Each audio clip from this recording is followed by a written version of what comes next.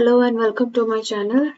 In this video, I will show you how you can have a sticky header at the top. Okay, that should not be scrolling. Okay, first of all, here I have a simple landing page here. Okay, now if I preview this page, I'll show you how this is working now. Okay,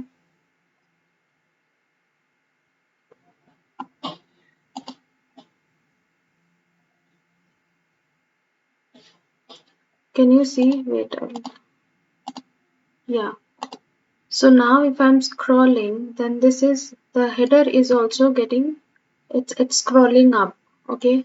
I don't want this. Okay. So what I want is this should be constant. This should not be moving up. Okay. But only this section should be scrolling.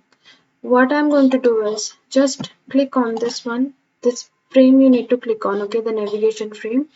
Then what you're going to do is go to this prototype. Okay. Click on the prototype, and then here it's scroll with parent. Okay, this is by default, it is scroll with parent, it is there, but you need to click on the drop down here, you need to click on the fixed stay in place. That's it.